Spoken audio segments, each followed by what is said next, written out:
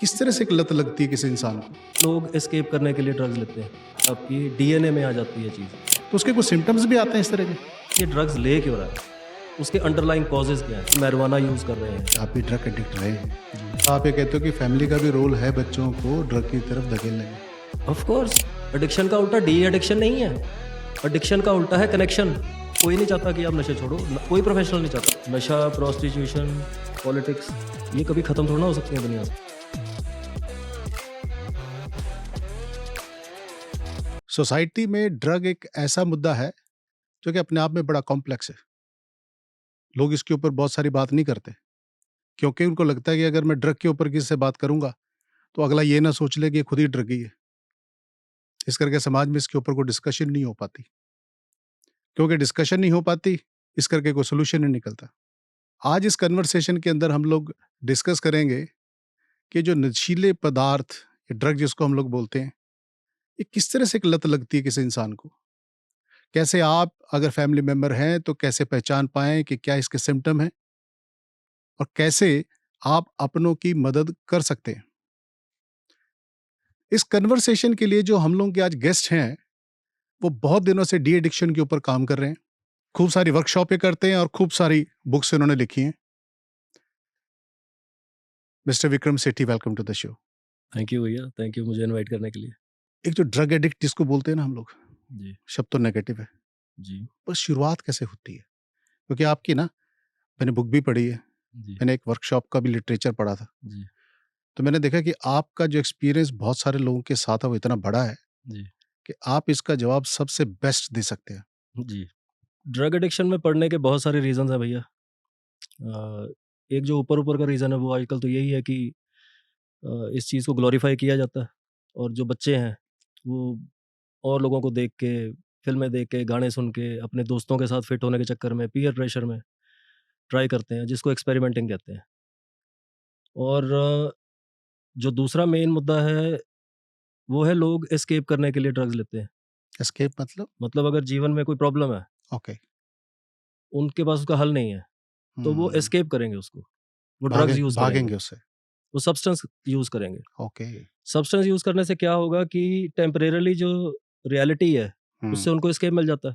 हुँ, और जैसे आप कहो भी कबूतर बिल्ली को देख के आँखें बंद कर लेता है ना, हुँ, हुँ, तो वो भी एक रीज़न है कि ओके, जब लोग ड्रग्स लेते हैं तो उनको अपनी प्रॉब्लम्स फ़ील नहीं होती हैं बेसिकली। ओके। तो ये बड़े रीज़न्स हैं जी।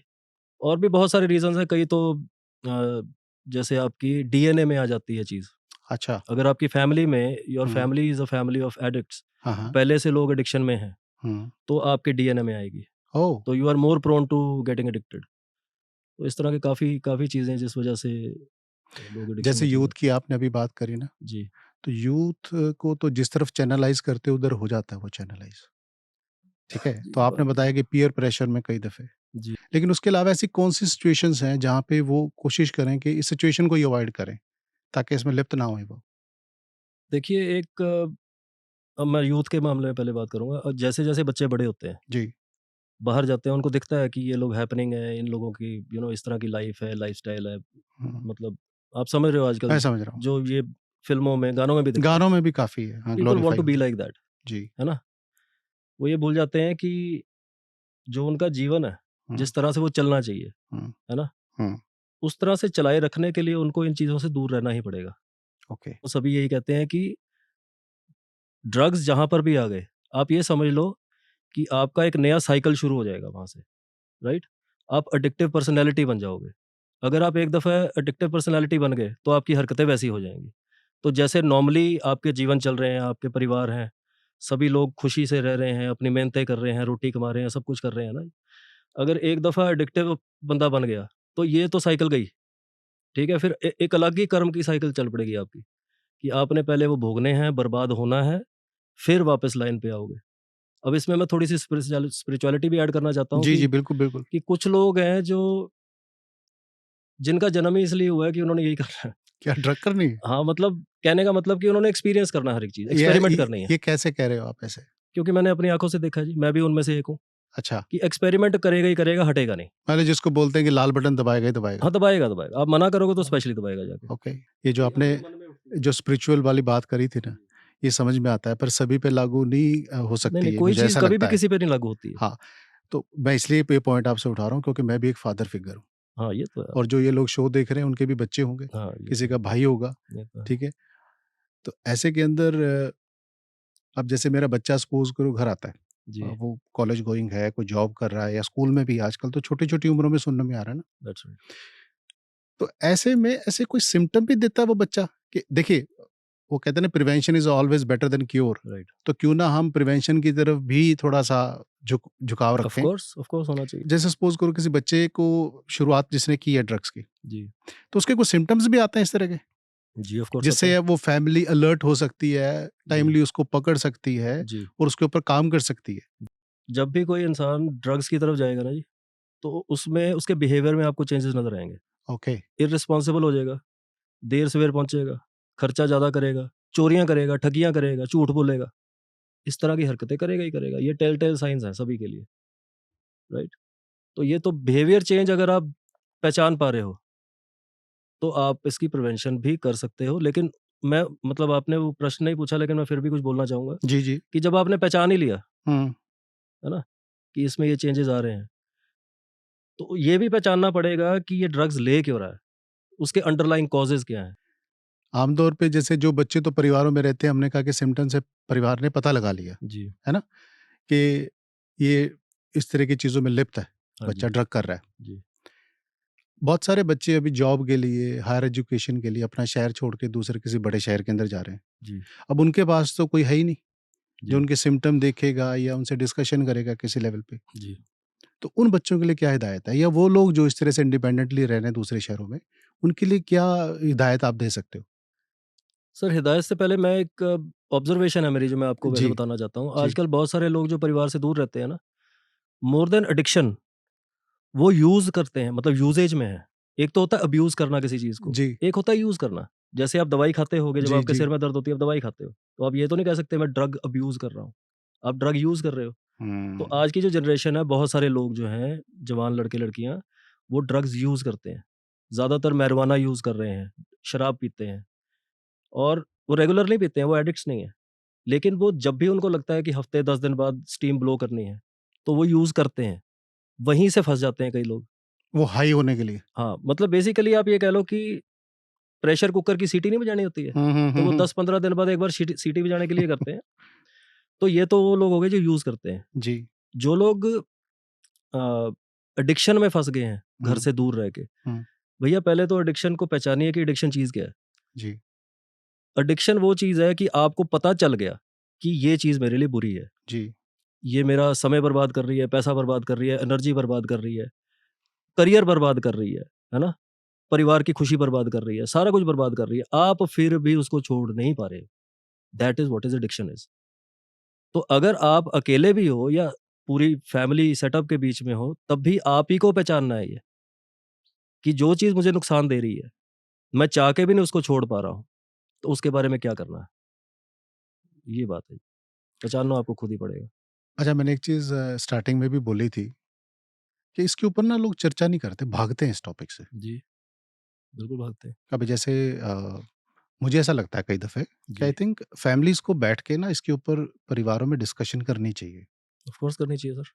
तो जैसे आपने बताया कि आप भी ड्रग एडिक्ट रहे हैं जी, और उससे बाहर आए हैं, बड़ी लंबा एक तय किया आपने सफ़र। जी, तो आपको लगता है कि अगर फैमिली के अंदर ये डिस्कशंस होती पीरियडिकली, छोटी जी, उम्र से बताया जाता है इसके बारे में, जी। ये एक अच्छा रोल प्ले करती और शायद आप बच सकते थे उससे? सी बेसिकली अगर आप उससे ये क्वेश्चन मैं पता क्यों पूछ रहा जी, हूँ? मैं इसलिए पूछ रहा हूँ क्योंकि अगर पारिवारिक कल्चर शुरू हो जाए इस तरह का कि लोग इसके ऊपर डिस्कशंस करेंगे जी। और जब उनको इसके पता लगेगा कि इसके साइड इफ़ेक्ट्स क्या हैं, इसके नुकसान क्या हैं, परिवार को क्या किस तरह की दिक्कतें आ सकती हैं। चलो मैं बहुत ज़्यादा तो नहीं कहता, लेकिन बहुत सारे जो समझदार परिवार हैं या जो उनके समझदार परिवारों के जो बच्चे हैं, जी। वो आई थिंक इसके ऊपर एक्शन लेके वो कम से कम वो तो बच सकते हैं। सर मैं ये कहना चाहता हूँ कि जो तरीका है ना ड्रग से निकलने का, जी, वो तो आप ठीक कह रहे हो कि सबसे पहले आपको खुद डिसाइड करना है कि मैंने बाहर निकलना है, उसके बाद आपने अपना परिवार भी साथ में जोड़ना है। जी, लेकिन अब हम थोड़ा-सा और रिवर्स चलते हैं। जी, जो आप बात कर रहे थे उसको कहते हैं कम्युनिकेशन गैप है। हाँ, परिवारों के बीच में कम्युनिकेशन गैप है ना। बिल्कुल ठीक। माँ बाप के हाथ में अलग फ़ोन पकड़ा हुआ है, जी, बच्चों के हाथ में अलग फ़ोन पकड़ा हुआ है। जो बिल्कुल, पहले होता था कि आके सबने बातें करनी है, आपस में कनेक्ट करना है, वो तो खत्म हो गया। बिल्कुल खत्म हो गया। सबके हाथ में फ़ोन आ गए हैं, तो कम्युनिकेशन गैप बन गया है, राइट? अगर कम्युनिकेशन गैप ही ना हो, तो in the first place addiction शायद वहीं रुक जाए, क्योंकि अगला बंदा ध्यान दे रहा है। जैसे हुँ, हमने पहले बात की कि हुँ, कौन से साइन्स होते हैं कि जिसको देख के आप पता कर पाते हो कि ये नशे में जा रहा है।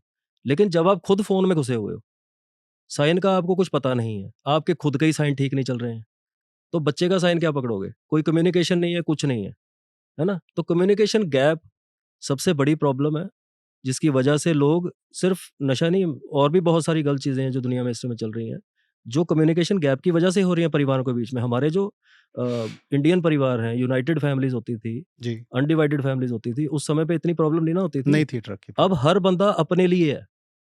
हुँ, आपके माँ-बाप भी आपके साथ नहीं है, आपके भाई-बहन भी आपके साथ नहीं, क्योंकि वो तो सब फ़ोन में घुस गए। तो मतलब आप ये कहते हो कि फैमिली का भी रोल है बच्चों को ड्रग की तरफ धकेलने में, ऑफ़ कोर्स, क्योंकि वो डिस्कशन नहीं करते, ऑफ़ कम्युनिकेशन कोर्स, गैप रखते हैं। Of course.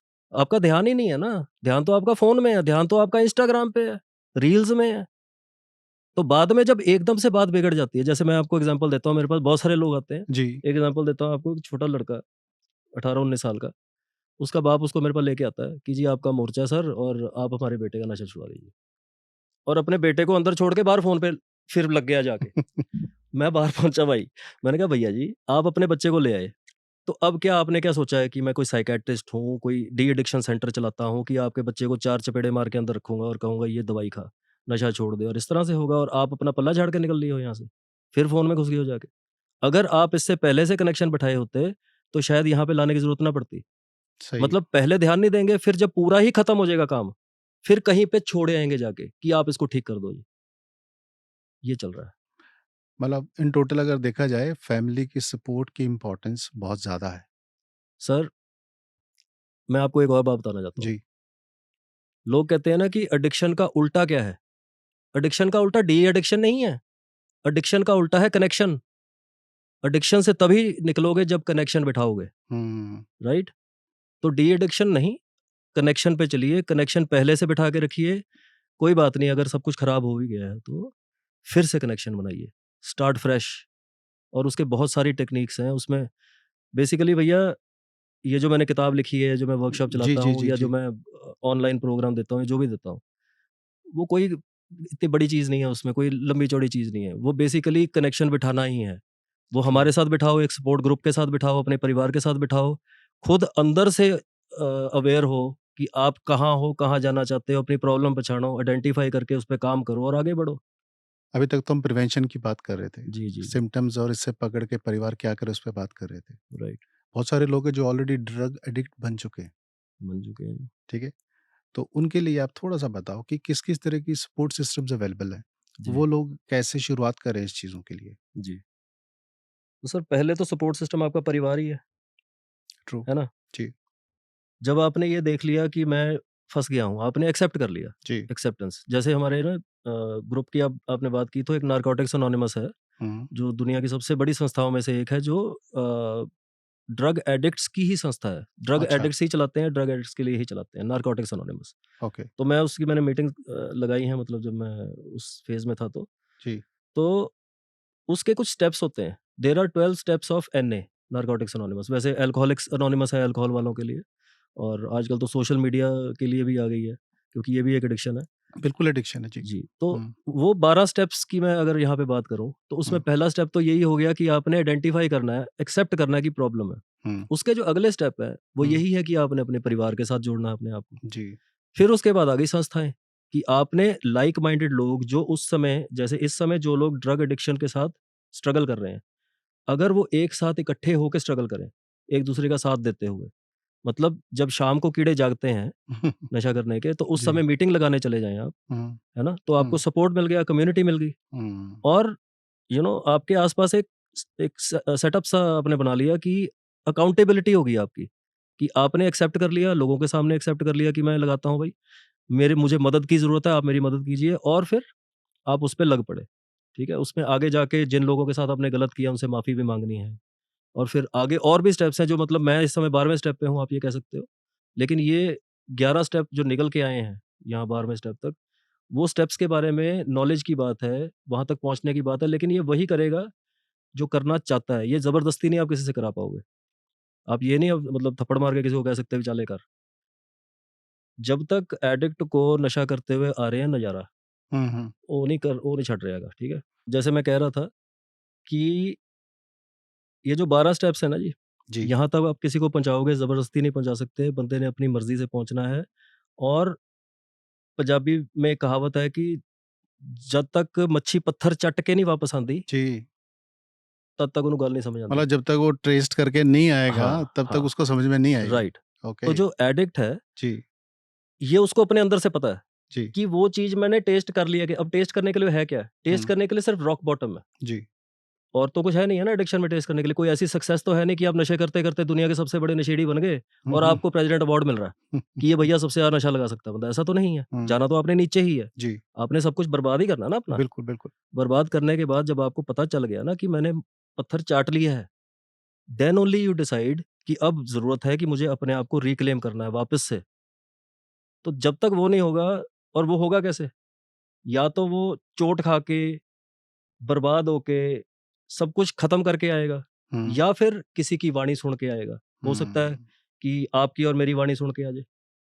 जो आप वर्कशॉप्स करते हो उन वर्कशॉप में कोई एग्जाम्पल ऐसा कुछ शेयर करो जिसमें कोई इंडिविजुअल आया, जी। खुद ही उसने सारे प्रोसेस को किया और वो एक सक्सेसफुल लाइफ अभी जी रहा भैया सबसे पहले तो मैं अपनी ही एग्ज़ाम्पल दे देता हूँ आपसे है। ओके। कि आज से तकरीबन आप कह लो, अभी 12-13 साल पहले तक जब मैं ड्रग्स ले रहा था, तो उस समय मेरे परिवार ने भी बड़ी कोशिश की कि इसके नशे कैसे छुड़वाए जाएँ, जी। है ना? डॉक्टरों के पास ले गए, साइकियाट्रिस्ट, साइकोलॉजिस्ट, दवाइयाँ दिलवाईं, डी एडिक्शन सेंटर में डाला, है ना? इंडिया से बाहर भेजने की कोशिश की, भी देखते हैं बाहर अकेला रह के या वहाँ वहाँ रह के ठीक हो जाएगा। ये सब उन्होंने करने की कोशिश की, लेकिन वो काम नहीं कोई भी चीज़ की, क्योंकि मैं ही नहीं शायद रेडी था, राइट? परफेक्ट।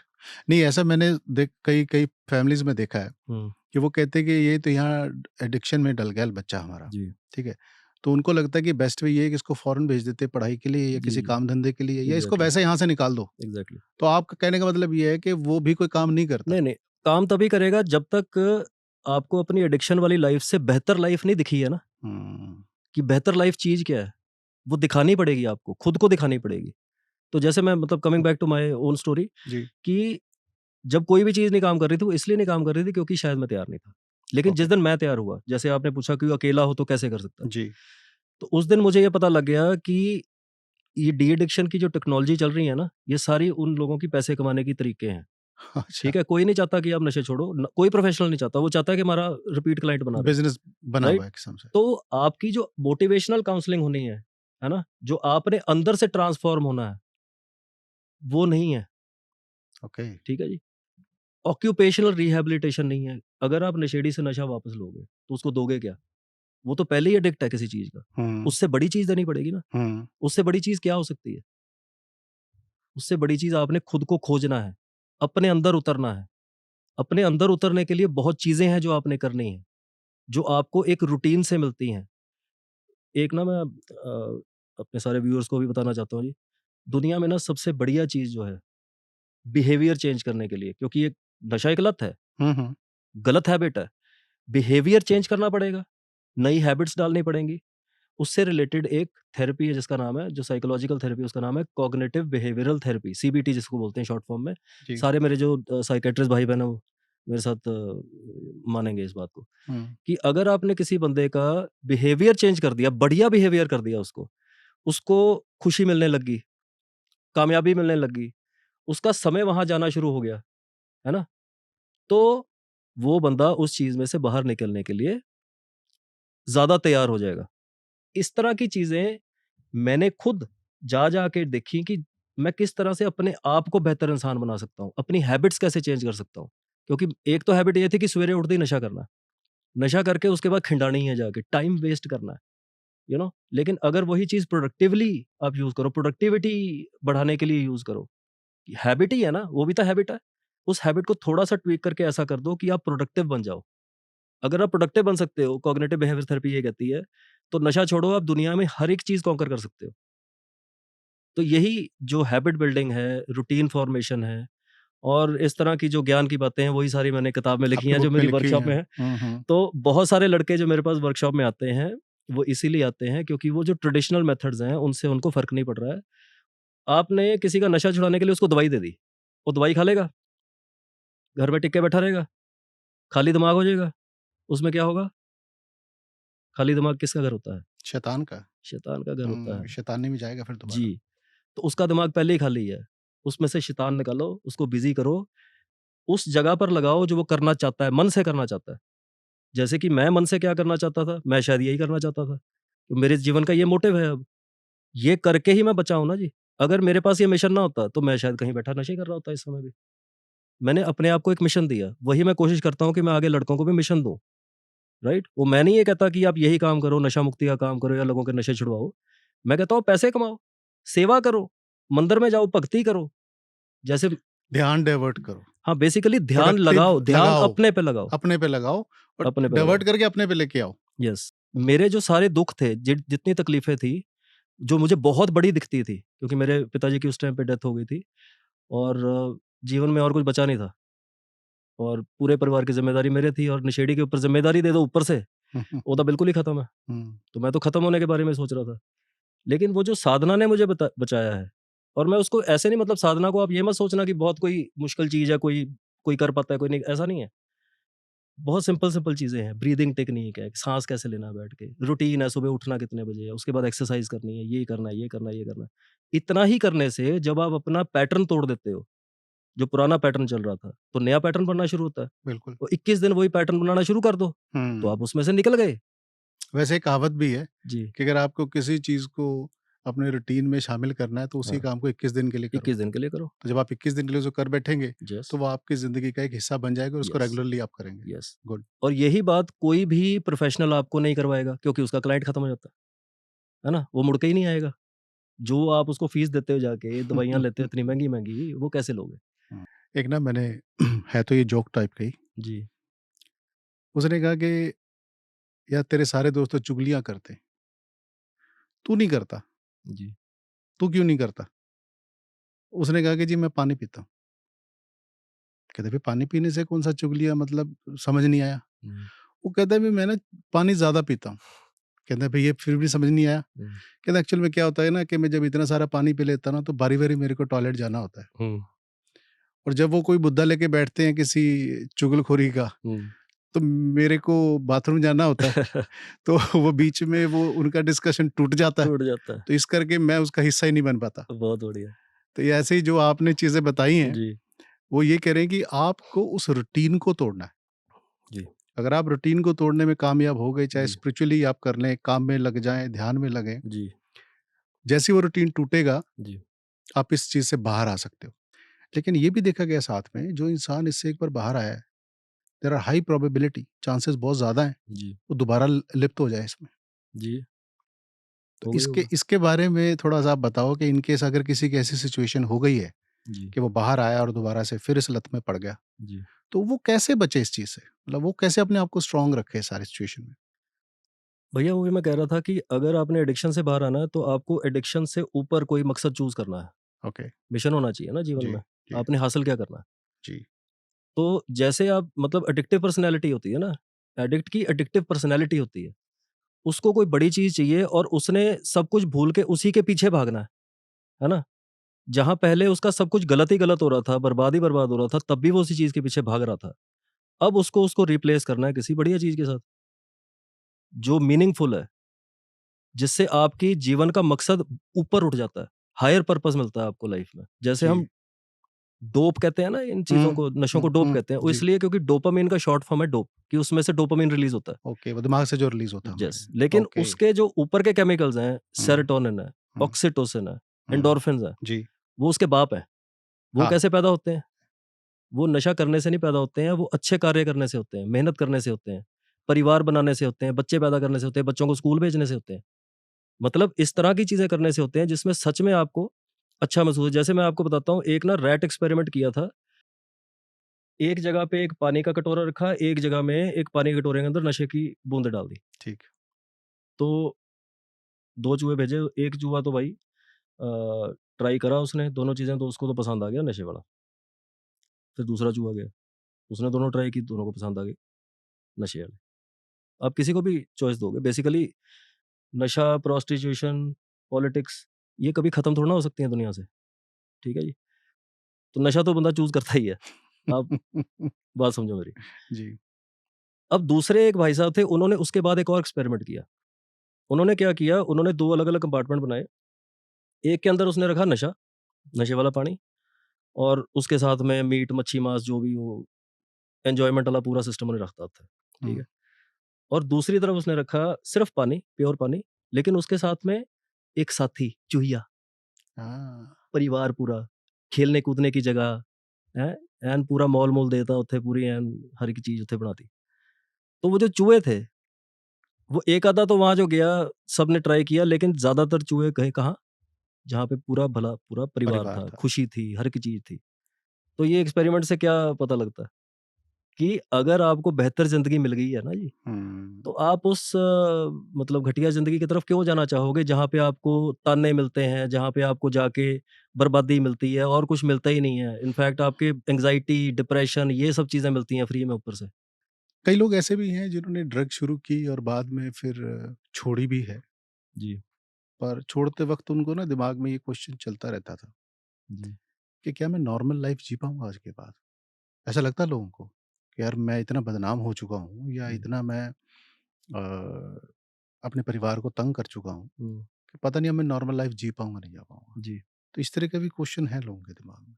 जी सर, वो नॉर्मल लाइफ़ नहीं जी पाएगा, हुँ। वो सुपर बढ़िया लाइफ़ जी पाएगा, अच्छा। Abnormal life.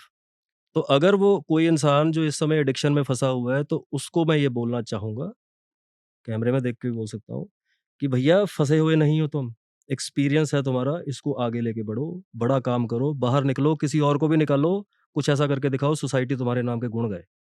मिसेस सेठी, जी, आपका इस कन्वर्सेशन विद नीरज कौशिक पे आने का जी, जो पर्पज़ मेरा था मैं लेके आने का आपको, जी।